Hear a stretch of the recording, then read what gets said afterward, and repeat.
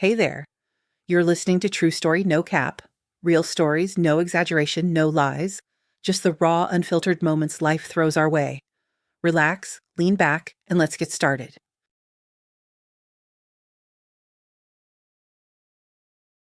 A young man in his early 20s sped down the deserted highway. He had learned to drive in his youth, although he had only recently gotten his license. His first instructor had been his father, with whom he used to race along these roads when they visited his grandmother in the village.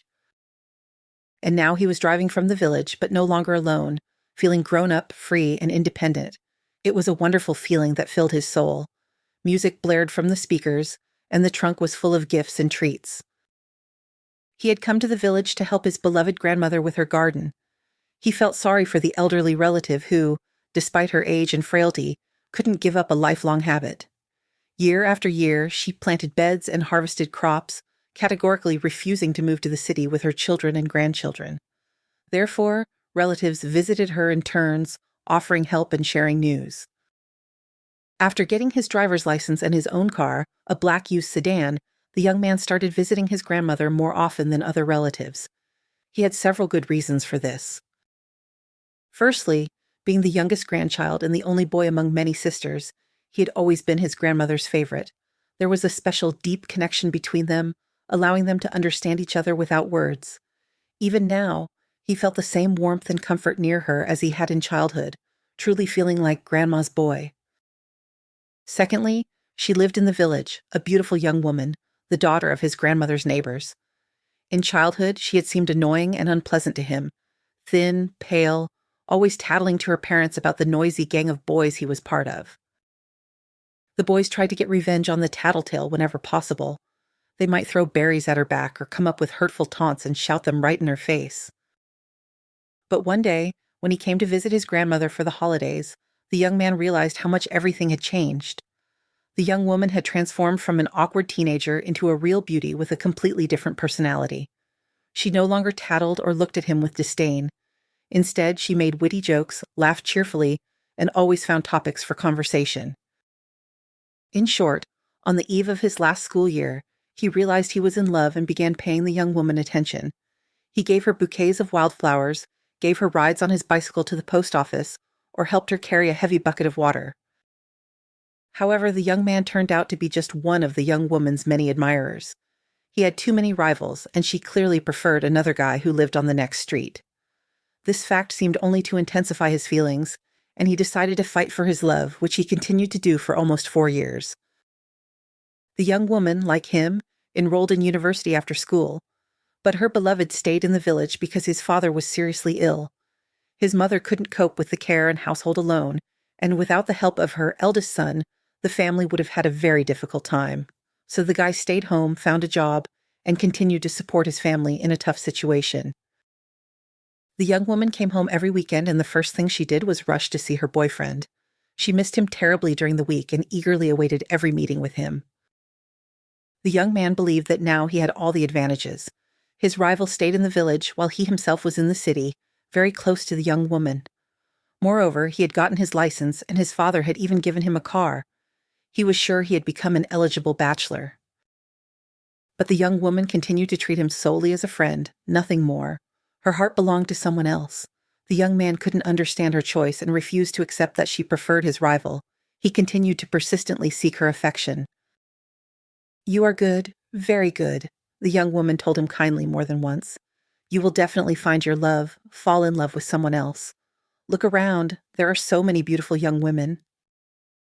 "I only need you," he stubbornly repeated in response. "But that's impossible," the young woman shrugged, looking at him. "Ryan and I are planning to get married soon." The young man tried to convince the young woman that she was making a mistake, showered her with flowers and gifts, which she eventually stopped accepting. He even stalked her and hated his rival, although they had played together a lot as children. He pointed out the other guy's flaws, but it was all in vain. After studying in the city for 2 years, the young woman transferred to the distance learning department of the university. She did this to be closer to her beloved and help him care for his sick father. This act was completely incomprehensible to the young man. His feelings for the young woman did not weaken. She was right, there were always many beautiful young women around him, but none of them, for some reason, truly attracted his attention. He often drove to the village to see his grandmother not only for her sake, but also because of the young woman. Just seeing her, even from a distance, admiring her walk, her dark shiny hair, and her huge green eyes, that was already happiness for him. Unfortunately, now the young woman didn't talk to him at all. She seemed even a little afraid and tried to keep her distance. He had, of course, overdone it with his persistent courtship and stalking. But the young man wasn't going to give up now either. A completely insidious plan concerning his rival was brewing in his mind. He intended to show up at his workplace during the week with a couple of strong friends and have a serious talk. If he could intimidate his rival and force him to break up with the young woman, perhaps she would finally pay attention to him. She would need support and sympathy, and he, of course, would be there at the right moment, ready to offer his shoulder. This is exactly what the young man was thinking about now, pressing the gas pedal to the floor. The road was smooth and empty, allowing him to speed up. It felt like he wasn't driving, but literally flying over the asphalt. Dark forest bordered the highway on both sides. The leaves on the trees were already starting to turn yellow, heralding the imminent arrival of autumn. The young man hoped that by then, the young woman would finally be his. Of course, he understood that his plan, to put it mildly, smelled of baseness, but he believed that in love all means were justified, and the young woman had to be his, period. Since childhood, he had been used to getting what he wanted, and it had always been that way. Suddenly, he noticed a small dark spot in the distance, separating from the forest and quickly approaching the highway. The young man slowed down, assuming it was a large animal about to cross the road. Dusk was already deepening, and it was difficult to make out anything ahead. The distance between the car and the strange object quickly decreased, and soon it became clear it was not an animal. A child was standing on the shoulder of the deserted road. It was incredible. The nearest settlement was about 50 kilometers in either direction. This was a completely deserted place. How could a small boy be here? Had he gotten lost in the forest? The young man stopped next to the child, opened the door, and carefully examined him. The 10-year-old boy was clearly in a state of shock, disheveled, frightened, trembling violently. His clothes were wrinkled and torn, and his face seemed vaguely familiar. "What happened?" he asked the boy cautiously. The boy tried to answer, but only a choked wheeze escaped his throat. The young man understood that this was a reaction to intense fear. "What happened?" The guy repeated his question, trying to make his voice as soft and friendly as possible. And then the boy burst into tears, streams of tears pouring from his eyes. He cried, his whole body shaking, although he seemed to be trying with all his might to suppress the sobs tearing their way out. The young man's heart ached with pity for this terrified child. The poor thing must have gotten lost and been terribly frightened. The guy walked over to the boy and did something completely out of character. He hugged him tightly and held him close. The child immediately went limp in his arms and cried even harder. The young man stroked his head and repeated that everything would be all right now, and the worst moments were already behind them. "No, they're not over." The boy suddenly looked up at him. "Mom's there. A man is holding her captive, and now that I've run away, he might hurt her." "What?" An unpleasant chill ran down the young man's spine. His neat theory about a child lost in the forest instantly fell apart after these words. The situation was much more serious if, of course, the boy was telling the truth. "He took us away and kept us locked up for a long time," the boy continued. "Mom helped me escape, but he came back when I was leaving. I heard him approaching the cabin. Now Mom will be in trouble because of me." A forest cabin, locked rooms. The young man couldn't fully grasp what had happened yet, but it all sounded very frightening. He realized that he himself might be in danger. What if that man was running out of the forest after the child right now? "Let's call the police," the young man suggested to the frightened child. "They'll come, and you can tell them everything, okay?" "Yes, just hurry," the boy exclaimed in a panic. He was clearly very worried about his mother and was beside himself with fear. The young man looked at the child more closely. Large gray eyes, a turned-up nose, freckles on a tanned face, and then he remembered where he had seen this boy. A few weeks ago, a woman and child had disappeared in the city after going to the cinema.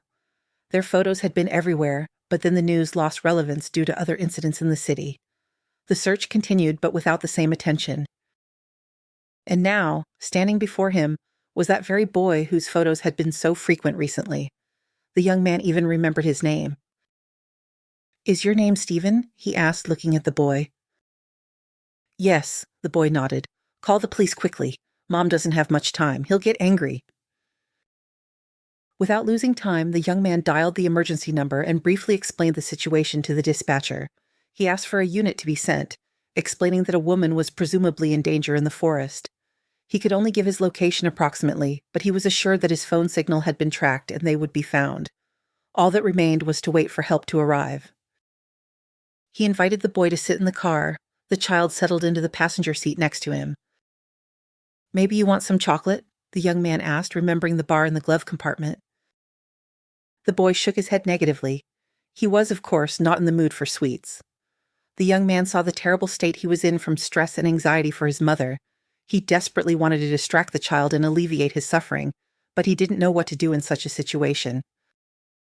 Despite his young age, the boy was a real hero. He managed to escape, find his way in the forest, reach the road, and call for help. The young man looked over the boy's head at the trees from which he had emerged. What if that man was watching them right now, waiting for a moment to attack? He remained vigilant, ready to step on the gas at any moment and speed away from the dangerous place. Finally, flashing lights appeared in the distance. The police! The young man breathed a sigh of relief, only now realizing how tense he had been all this time. 2 patrol cars and a van with a small squad pulled up. The uniformed people were wearing helmets and bulletproof vests, tall, strong, and looked imposing. That man definitely couldn't handle them. "See, now everything will be all right." He clapped the boy encouragingly on the back. The boy looked at the uniformed people with eyes full of hope. 2 men in plain clothes took the boy aside. They asked him questions, probably finding out the details of what had happened and clarifying the location of the cabin where his mother remained. Finally, the uniformed people rushed into the forest, while the boy, the young man, and several police officers remained on the road. All they could do was wait. The young man watched the child, who didn't take his eyes off the edge of the forest. A woman in uniform approached the young man, introduced herself as a police captain, and said she needed to take his statement. He nodded, understanding that he was now part of this story and couldn't just leave. Time dragged on endlessly. An ambulance arrived and the boy was taken inside, probably for examination by doctors. "No, I'm not going anywhere," the boy's voice suddenly rang out from the car. "I'm not going anywhere without Mom." The young man understood that they wanted to take the boy to the hospital, but he couldn't leave until he was sure his mother was all right, and he perfectly understood his feelings. The child jumped out of the car and ran to him. The young man took his hand, and they stood together on the shoulder, looking into the forest. The forest seemed calm and ordinary, and he had driven past this spot many times without even suspecting that somewhere in there, beyond the trees, something terrible was happening.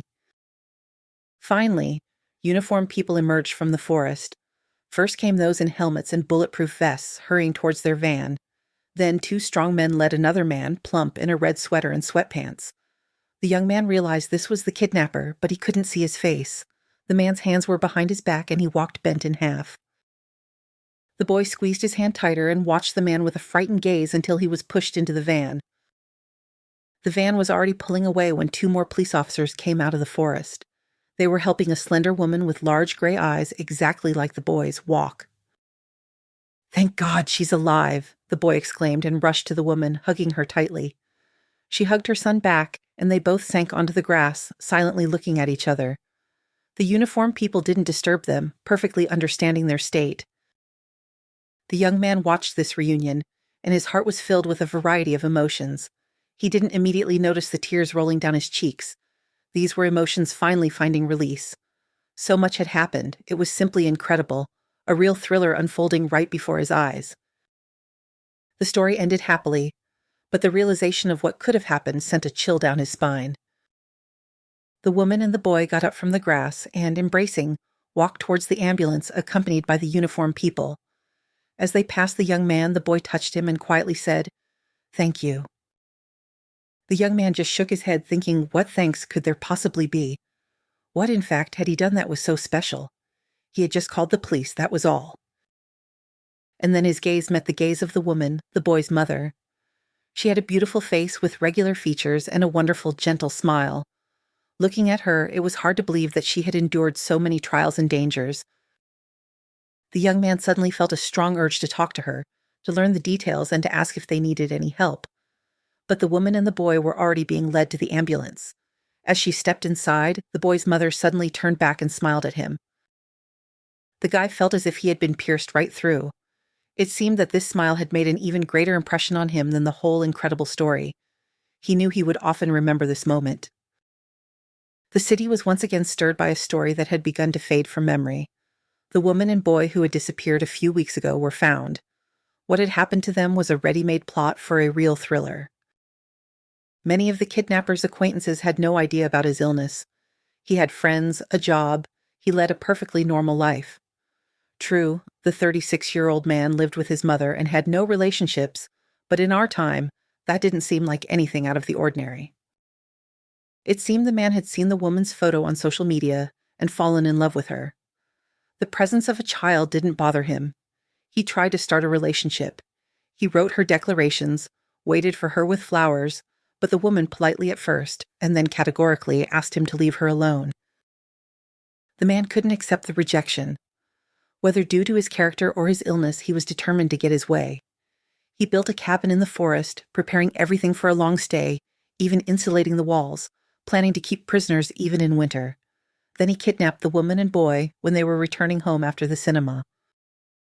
Mother and son were searched for everywhere.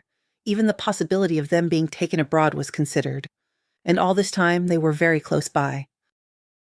He kept us in locked rooms, the woman recounted later. He didn't touch us, didn't hit us, didn't threaten us. He brought food, cared for us in his own way, talked a lot. But we were, of course, afraid of him, understanding that he was unwell and unpredictable. So, as soon as there was an opportunity, I helped my son escape, and he brought help. The woman and boy became famous. They were even invited to television talk shows. The whole country learned their story. The young man was also invited to shows and interviews, as he was the one who found the frightened child on the road, but the guy refused publicity, not wanting a fuss around himself. He watched the woman, looked at her photos, admired her on screen. Yes, the kidnapper could be understood. There was something incredibly attractive about her. Not just obvious external beauty, but also charm, allure, and elusive charisma. And then, a few weeks later, this amazing story, as often happens, began to be forgotten and faded into the background. New topics for talk shows and scandalous publications appeared. And so, about a month after all the events, the woman suddenly wrote to him in a messenger app. She had probably gotten his number from the police. She thanked the guy for his help and offered to meet to talk about what had happened. Of course, the young man gladly agreed. He really wanted to see this woman, hear her voice, and learn everything firsthand. Unlike others, he understood that he would never forget this story, and often recalled her smile and his feelings about it. He really wanted to know how the boy was doing now. The child didn't participate in talk shows, and little was written about him in articles.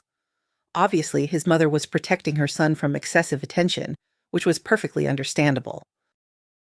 At the appointed time, the young man arrived at the restaurant where the meeting was scheduled.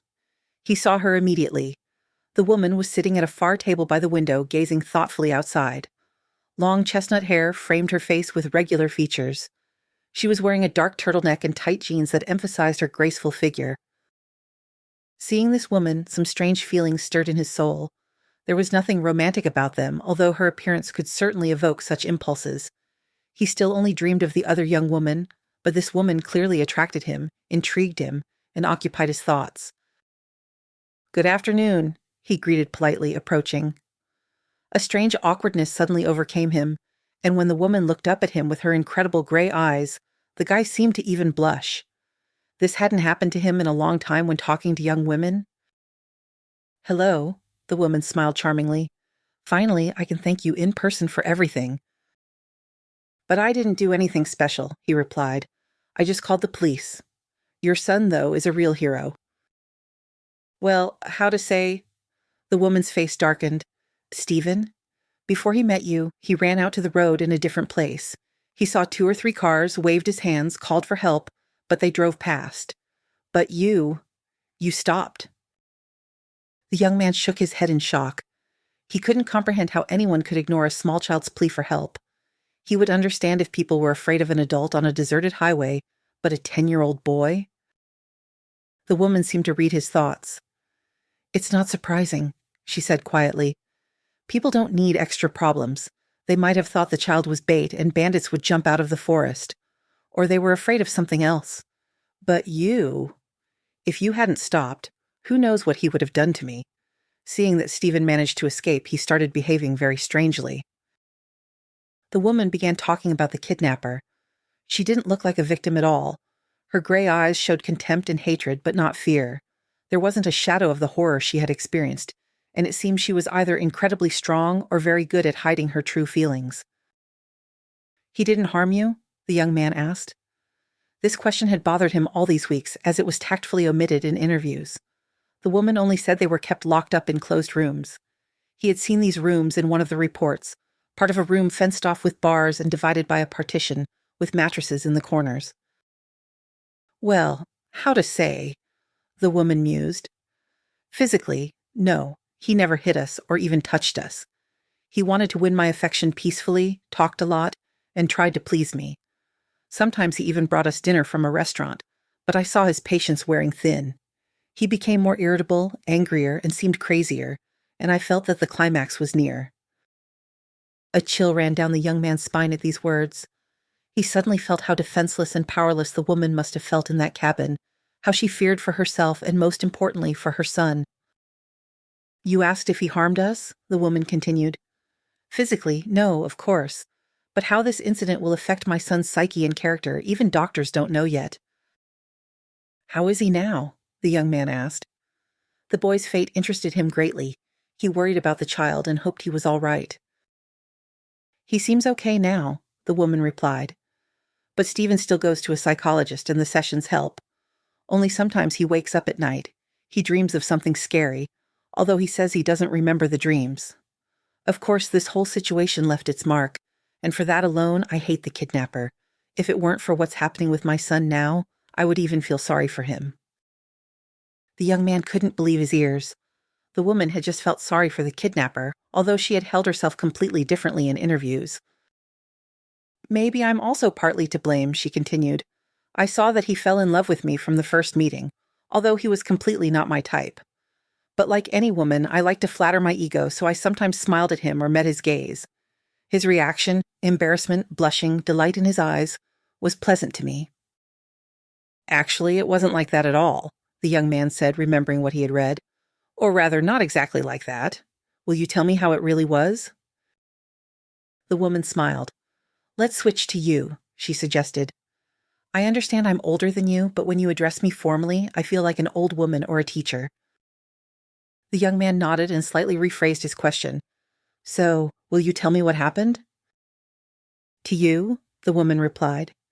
"Yes, I need to talk to someone. Looking at you, I'm somehow sure you won't tell this story to the press or gossip about it everywhere." "No, of course not," he assured her. "I just really want to know how it happened. I think about it a lot. About you and about Stephen." "It's not surprising," she said. "After all, you also became an important part of this story. Of course, I'll tell you everything if you have free time because it will take a long time." The young man assured her that he was ready to listen until morning, and the woman began her story. The woman became a mother early. After her 3rd year of university, she went to the sea for the first time without her parents, with friends. On vacation, amidst fun and night discos, she fell in love for the first time. Her chosen one was an older man, about 15 years her senior, handsome, erudite, and gallant. The man didn't hide that he was married and had come to the city for work. The woman was initially upset, but then decided to enjoy the moment and not spoil the wonderful days with thoughts of the future or complications. However, on the evening before they parted, she couldn't hold back and burst into tears. The young woman understood that the man would fly home to his wife and children, and they would never see each other again. She would be without his blue eyes, his smile, without his touch and the scent that made her heart stop. "But don't. We had such a good time." The man awkwardly stroked her back. Comforting crying young women was clearly not his strong suit, and he couldn't find the words to console his young lover. "Give me your phone number," she asked. "I'll call sometimes just to hear your voice." In reality, the young woman dreamed of more, hoping that over time the man would realize the strength of his feelings, but for that, some communication was necessary.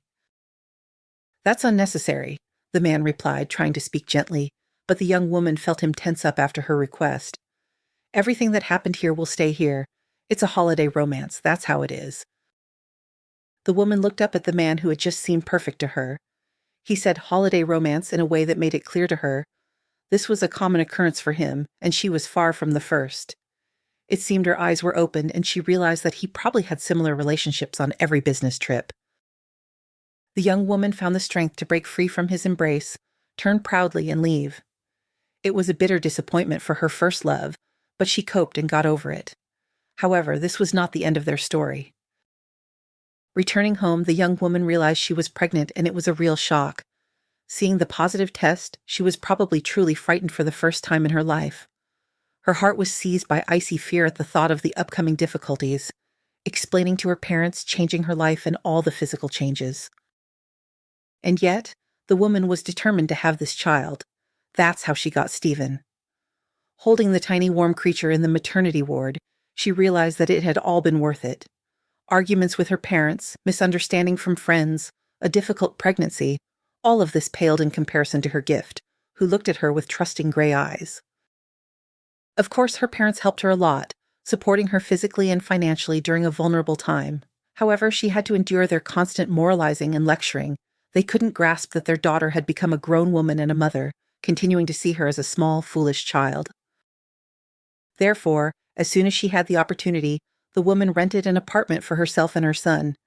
She transferred to distance learning at the university, found a job, and moved out of her parents' house. At this moment, she finally felt completely free, and life took on new, vibrant colors for her. Stephen grew up and became more independent and sensible with each day. The woman could now talk to him about any topic. Mother and son cared for each other and enjoyed life, spending time together and each in their own way. The woman started meeting friends more often. She occasionally had romances. She wasn't planning anything serious yet. She and her son were happy together, and she didn't want to let a third person into their cozy world. Romantic relationships were necessary for her to lift her spirits. Thanks to the attention of men, their compliments, and admiring glances, she felt beautiful and attractive. This was necessary for her, perhaps because of an old trauma when her first love made her feel like one of many. Now she strove to feel unique and needed.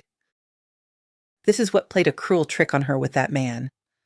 They met in a group of friends at interesting quiz games held in the city. People gathered in teams, and the host gave various tasks, guessing movies, songs, or performers. There were many challenges, and they were all fun and intriguing. The woman enjoyed discussing options and finding solutions in the company of like-minded people. Their team never won prizes, but wasn't at the bottom of the list either.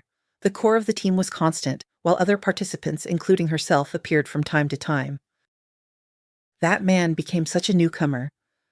Seeing an unfamiliar face at the game, the woman became interested. The man was plump with short hair and bright clothes, with a fleshy nose and small eyes. There was something awkward and funny about his appearance, seemingly harmless. The man showed himself to be a kind and cheerful person. He joked a lot, guessed most of the answers, and helped the team achieve a high rank. He gave the impression of a pleasant and easygoing person. The woman, of course, noticed the impression she made on him. The man literally devoured her with his eyes when he thought no one was watching, openly admiring her. Sometimes their eyes met, and he shyly looked away. She found this pleasant, although he didn't attract her romantically at all. She liked a different type. The woman felt rejected and heartbroken again after a recent breakup. She didn't truly love that man, but the breakup had hit her self-esteem, and this new acquaintance with his admiring eyes was now boosting that self-esteem, without even realizing it. Therefore, the woman deliberately fueled his interest. She smiled, praised his answers, sometimes seemingly accidentally touched him. He flinched every time at these touches. The woman enjoyed playing and observing the effect her gestures had on this man. At the end of the evening, everyone was chatting on the porch, not wanting to disperse.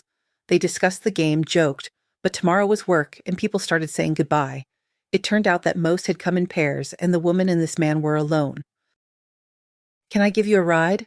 the man asked, and hope shone in his eyes. "I'm driving myself," the woman smiled. She felt her power over him, understood that he was ready to do anything she said, but she wasn't going to cross the line, as this man was completely not her type, despite his kindness and sense of humor. Okay, all right, he sighed disappointedly. But we'll see each other again, won't we? Well, the games are held about twice a month, the woman replied evasively, getting into her car. She was already anticipating the evening drive through the city with her favorite music, open windows, and a feeling of freedom. The woman missed the next game due to work and a promise to take her son to the zoo. She was sure that man had come hoping to see her. In photos from the game, he indeed looked a bit lost and disappointed.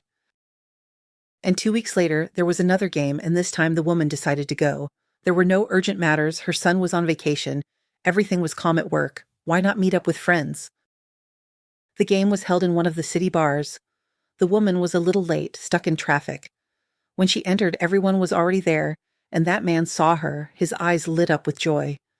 She pretended not to notice, greeted everyone, and took her seat. This time, the man was much more active. He openly stared at her, paid compliments, tried to help. When the waitress took a long time to bring the order, he caused a scene.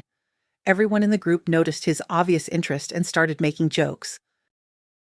If last time such attention had flattered her self-esteem, now it became burdensome and unpleasant. The woman tried to remain distant and cold, but politely. She blamed herself for practicing her charms back then. But the man, it seemed, didn't understand hints. He changed seats and now sat next to her, constantly touching her hand. The woman could barely wait for the game to end, said goodbye, and hurried to the parking lot. She declined the offer to hang out, knowing he wouldn't give up, and didn't want to rudely brush him off in front of everyone. He was waiting for her in the parking lot. It was already dark, and the woman didn't immediately notice him by her car. She even jumped in surprise when she heard his voice. "Can you help me?" he asked. "What?" The woman tried not to sound too annoyed.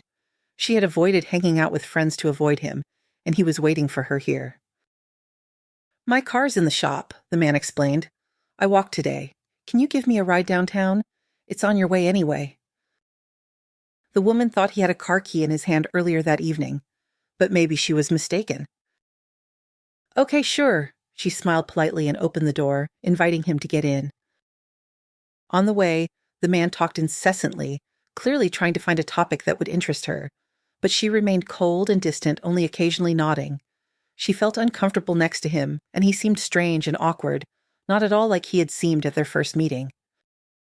She understood that she had hooked him, and he was using every second to make an impression, literally bending over backward. It was a pathetic sight, but the woman tried not to show her feelings, smiling politely and answering monosyllabically. She waited for the moment when she could drop him off. His presence was very burdensome. "I'll drop you off right here," the woman said, parking by a deserted bus stop. "I have to turn off further on." The man clearly didn't want to part, continued talking, looking at her desperately. He was close to panic, and it looked very strange. "I have to go," she interrupted him, glancing at her watch. "My son is waiting at home." Perhaps mentioning the child would cool his ardor, and he would understand that she wasn't just a girl for casual relationships, but a woman with responsibilities. "You have a son?" the man exclaimed, and the admiration in his eyes only intensified. "Yes, and he's home alone right now," she replied. "He's called several times already." "Go ahead, of course," he said, reaching for the door handle, but then he turned back and asked, "And a husband? Do you have a husband?" "No, I'm raising him alone," the woman answered automatically and immediately regretted it. She should have lied that she had someone so as not to give him a reason for further courtship. "See you?" The man smiled broadly and finally got out of the car. The woman pressed the gas pedal with relief. She had no intention of meeting him again. To avoid meeting the persistent admirer, the woman stopped going to the games. Her friend often invited her, but she came up with various excuses to refuse. She felt bad, as she liked spending time with these people, but now that man had become a regular on the team. "He keeps asking about you," her friend shared one day, "trying to get your phone number from me. I promised to ask you if I can give it to him. Well, can I?" "No," the woman exclaimed, "absolutely not." "It's your decision," her friend replied. "But the guy seems nice. He works, he's kind, generous, with a sense of humor, and he seems to be seriously in love with you. He's constantly trying to find out things about you, but nothing gets past me." "Please tell him I have a man," the woman asked. "Let him not even hope.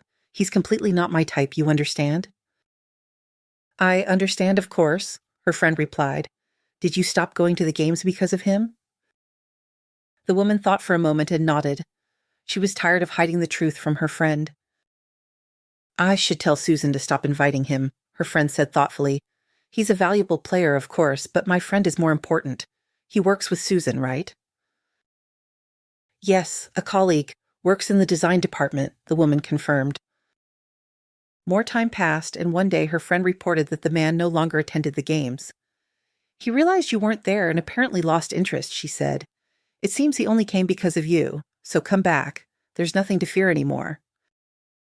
But the woman was in the midst of a new romance with a handsome young man she had met at the gym.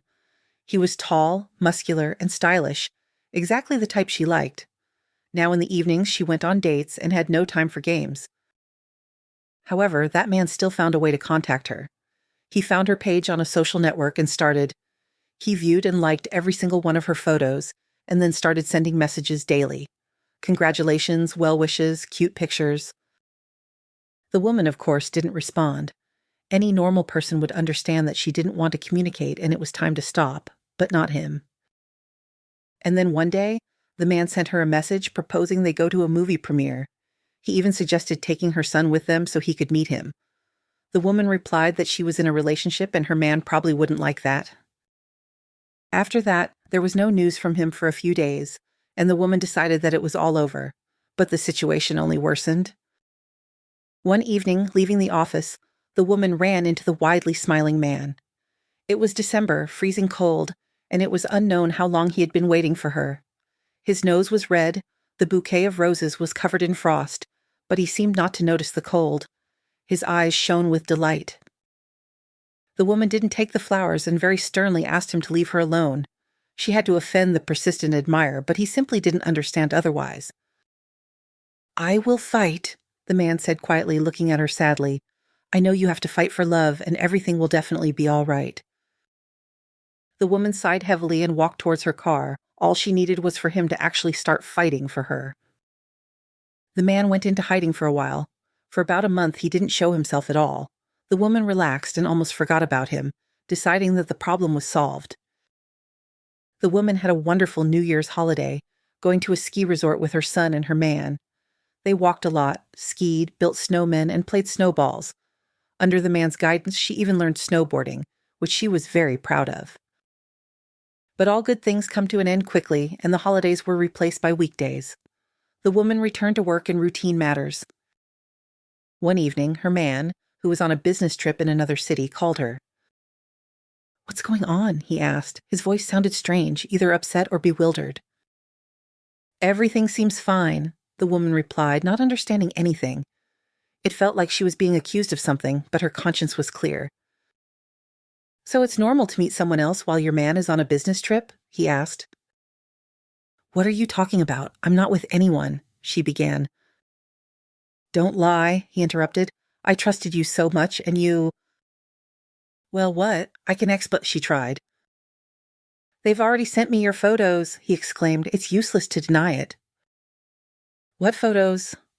The woman completely didn't understand, but her man's voice sounded offended and disappointed. We have nothing more to talk about, he said and hung up. The woman sat over her report for a long time, trying to collect her thoughts. And only at home did she understand what was going on. Logging into her social network page, she saw a new message from that man. Photos from our date.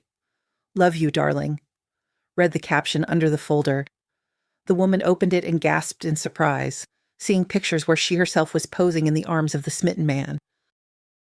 She had never been to those places and certainly never kissed this man, but the pictures looked amazingly realistic. They were clearly skillfully edited. The man worked in the design department and probably knew how to do such things. But why? And why did he send them to her man? Apparently, she would have to tell her man about the persistent admirer. That man now truly frightened her. Before, he had only irritated her and caused aversion. After the situation with the photos, his attachment looked like obsession, and his mental health raised serious questions. At that moment, a new message came from him. Just look how great we look together, he wrote. I can't get enough of our photos. The woman called her man, trying to explain everything, but he didn't want to listen.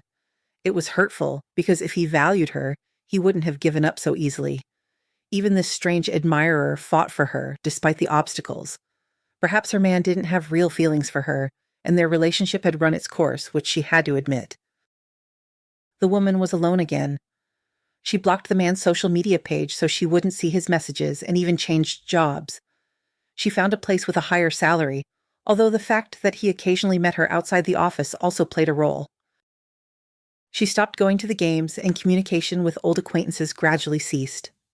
The woman entered a period where her entire life revolved around work, her son, and renovating her apartment. To the woman's great relief, that man finally disappeared from her life. He no longer knew where to look for her. She sincerely hoped that he had found another woman and was now pouring all his unspent affection onto her. Several more months passed. By then, the woman had almost forgotten about him. She had a new life, full of other worries and troubles. On that warm autumn evening, the woman decided to take her son to the cinema. Her car was in the shop, so after the screening, she had to call a taxi. It was already late, buses were infrequent, and they were both tired after a hectic day. Soon, a gray car pulled up.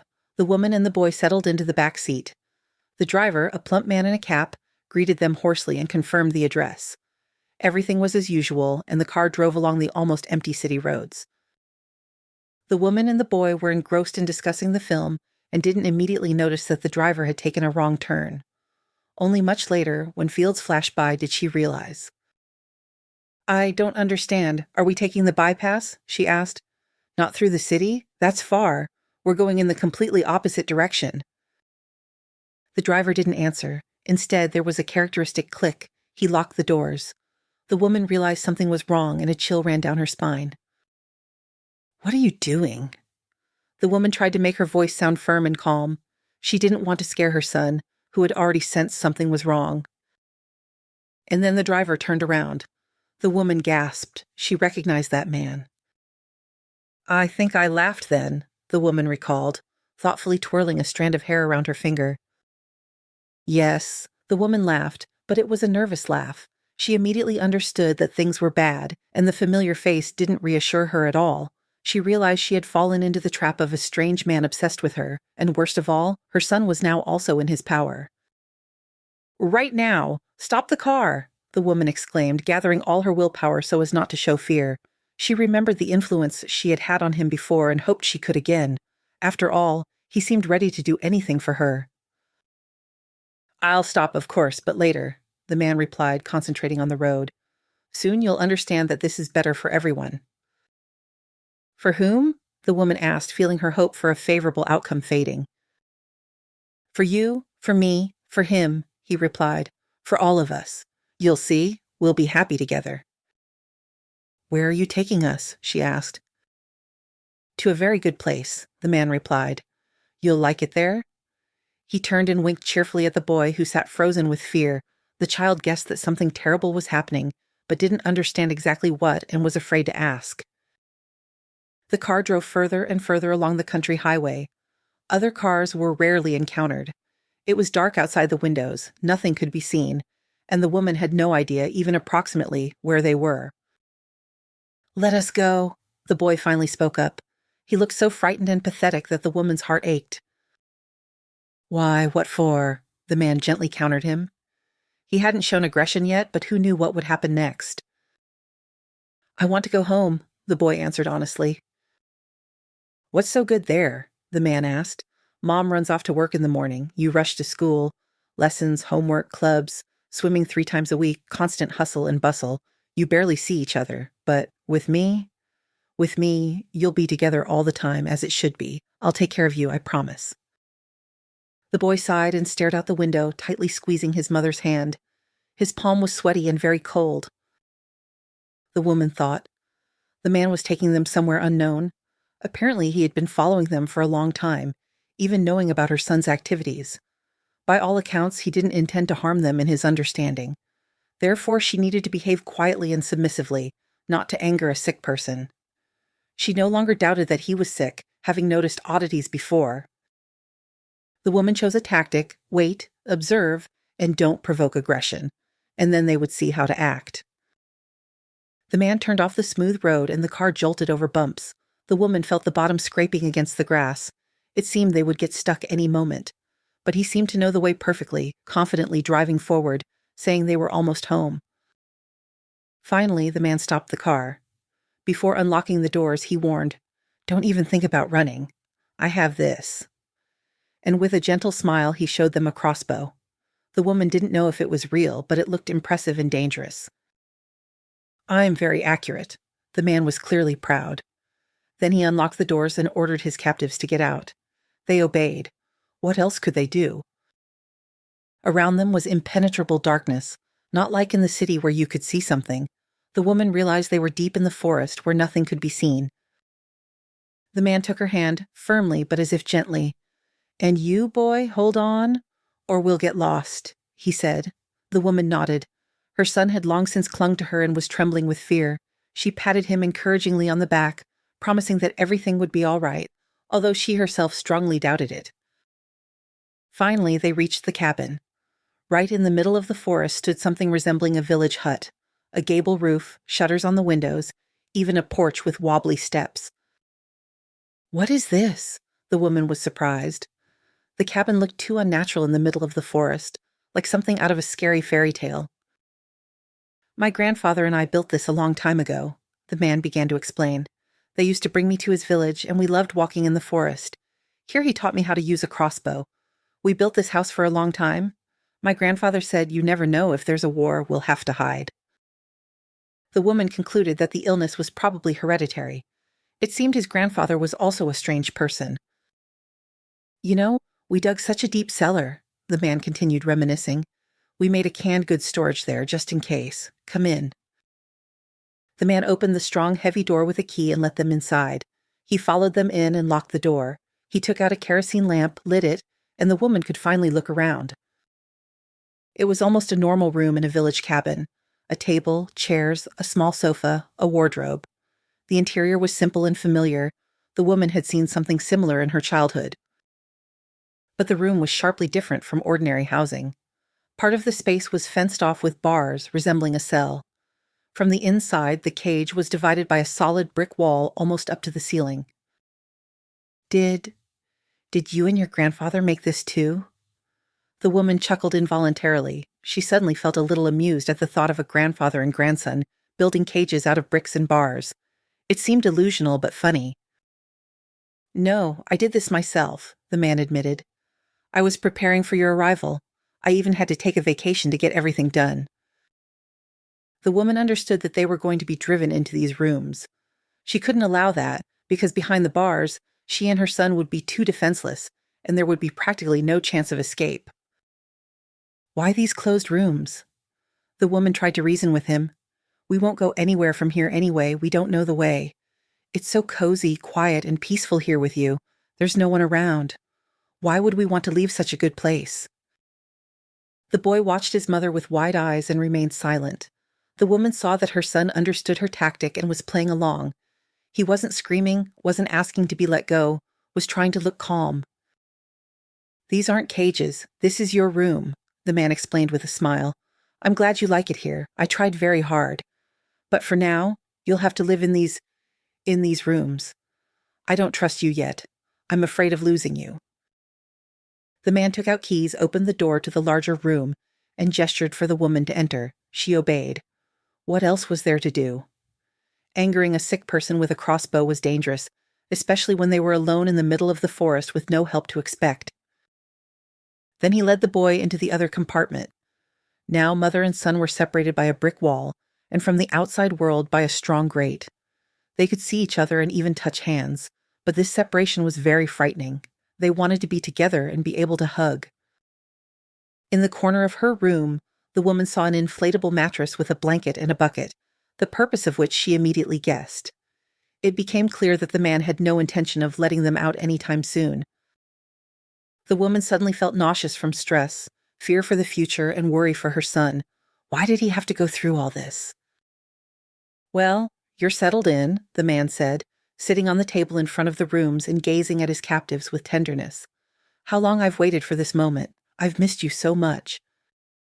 And then he told his story, and the woman realized she was dealing with a mentally ill person. Since childhood, he had been different from others. He wasn't interested in games or socializing. He preferred to sit in a corner and pour cereal from one container to another, watching it for hours. He always had a developed imagination. Puddles seemed like gates to another world, clouds like surveillance points, trees like evil trolls. The world seemed dangerous and evil to him, so he preferred to stay in his room. The street and crowds frightened him. But his mother didn't agree with this, believing her son needed socialization. He didn't go to kindergarten and didn't want to play in the yard, so she took him to crowded places, trying to integrate him into groups of children. But children sensed he was different and didn't accept him, avoided him, or bullied him. But his mother was always there, protecting her son. However, it was impossible to be under her protection constantly. School started, and he was left alone with cruel children, indifferent teachers, and a strange world he so wanted to hide from. At school, he was bullied from the first grade. They teased him, pinched him, took his things, pushed him. But they didn't really hit him, because what was the point of fighting with such a defenseless child? He did poorly in school and didn't socialize with children. Coming home, he immediately locked himself in his room, where he felt safe and could talk to his friend, his only but most loyal one. It was a red-haired boy with bright eyes, who appeared when he was about 5 years old and had been by his side ever since. The friend was very smart and always supported him. One day, he prompted him to trip a classmate who bullied him the most. The classmate fell spectacularly, broke his leg, and didn't appear at school for a long time. And in general, the friend suggested many useful ideas: how to pretend to be sick to avoid school, how to get money for sweets, how to get rid of an annoying parakeet. The most interesting thing was that his mother didn't notice the friend. It was fun to watch him jump around in front of her while she continued doing her own things. He would start laughing, and his mother would look at him with surprise, not understanding what was going on. His mother finally had to admit that something was wrong with her son. The teachers advised her to take him to a psychiatrist, and that's how the official diagnosis appeared. His mother couldn't accept it, took him to doctors, but they all confirmed the same thing. The boy was transferred to homeschooling, and he breathed a sigh of relief. Not seeing classmates and teachers every day? What could be better? He felt he couldn't have endured it longer. But the treatment began. Pills, procedures, talks. Soon he realized that because of this, he was losing his connection with his friend, who was becoming pale and almost transparent. He didn't want to lose his only close being and categorically refused treatment. It was a difficult period. His mother and doctors insisted, threatened. He was even put in a hospital, but he spat out the pills, lunged at the staff, did everything to be left alone. He was fighting for his only friend. The friend himself suggested a way out. He came and said it was better to behave submissively, endure the procedures, and take all the pills except the small blue ones. He should spit them out unnoticed because they were the ones that drove him away. He did as his friend advised, and life became simpler. His mother and doctors calmed down. He was discharged from the hospital. Some diagnoses were removed. His mother was happy. It seemed the situation was improving. He gradually learned to interact with people in the world. Sometimes his friend, who was always there, prompted him. It turned out that his fantasies were not delusions but vivid ideas. He started drawing what he imagined and posting it online. His work found admirers. He was advised to study design. He did just that, graduated from college, and got a job. By then, he had learned to interact with the world and barely stood out from the crowd. He pretended so well that they even removed his diagnosis. His friends suggested how to answer doctors and behave.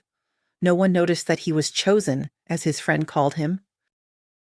He graduated from college, got his license, made acquaintances.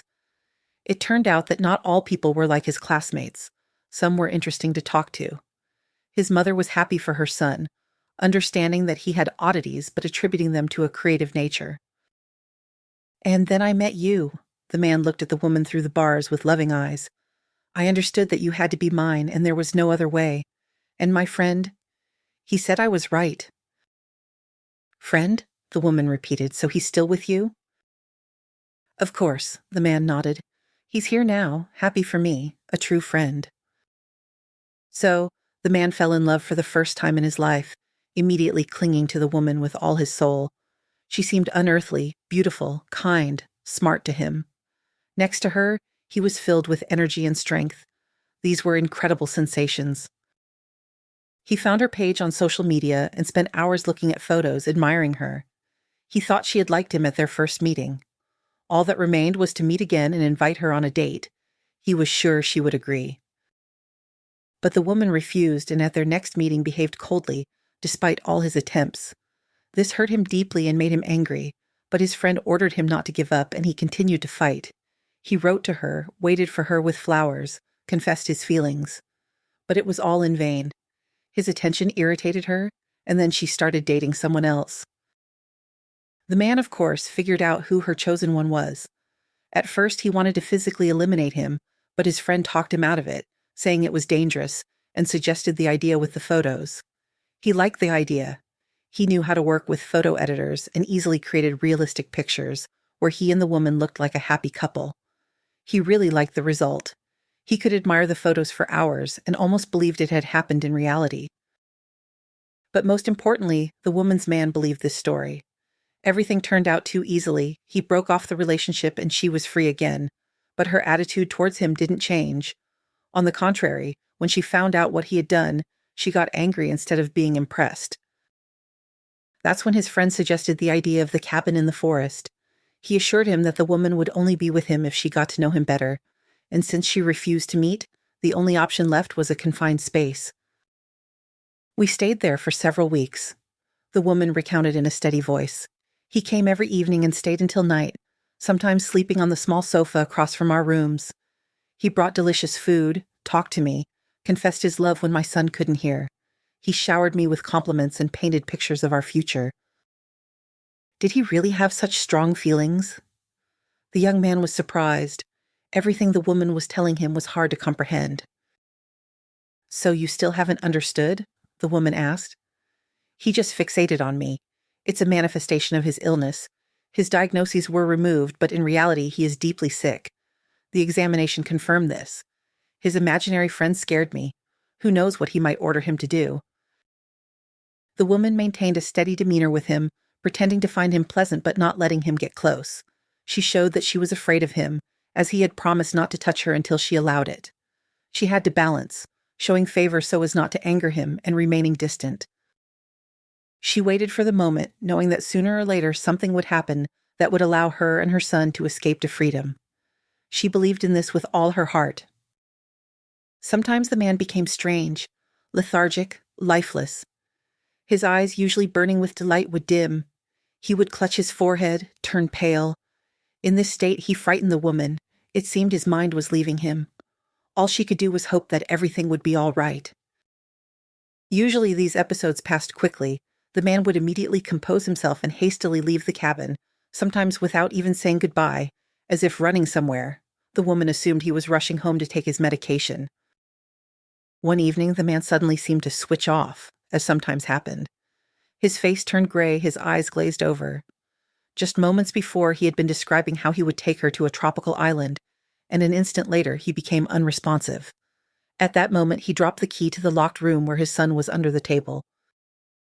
Several minutes passed. The man came to himself and, as usual, rushed out of the cabin without looking back.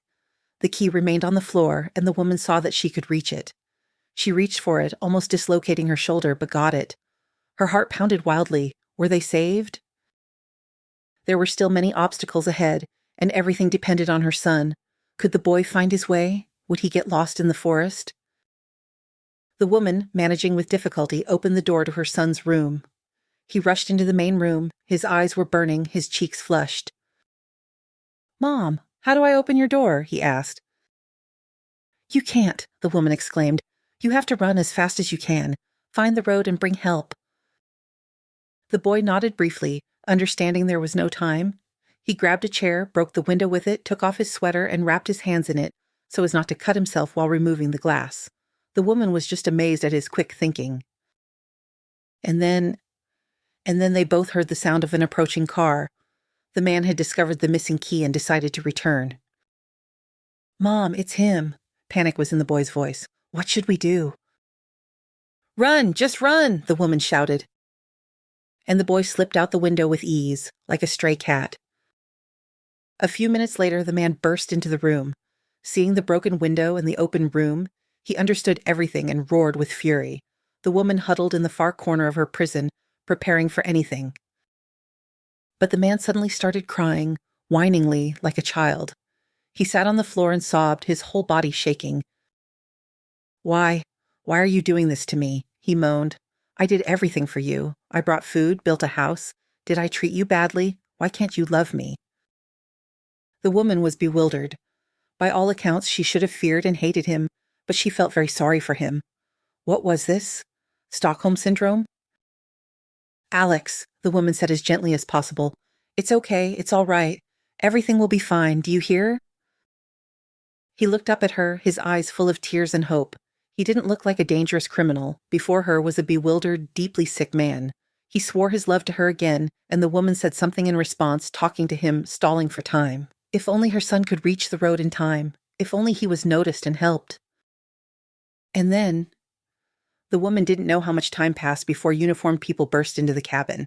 How happy she was to see them. Two immediately restrained the man and led him outside. The others searched the room. One of the police officers let her out of the room. What a joy it was to walk through the forest, breathe the fresh air, feel the space. Her confinement was over, and she clearly realized that freedom was the best thing there could be. Well, and you know the rest, the woman smiled at the young man. The end of the story. Thank you again so much for your help. Several cars drove past Stephen, but no one stopped. But you responded. The young man didn't answer. He was thinking about something else. No, it wasn't in vain that fate had brought him together with this woman. Her story helped him look at his own behavior in a new light. The other young woman, he was pursuing her, just as that man had pursued this woman. The other man had an excuse, illness, but he didn't. The young man decided to call that young woman today, apologize for his behavior, and promise that he would stop stalking her and trying to win her affection.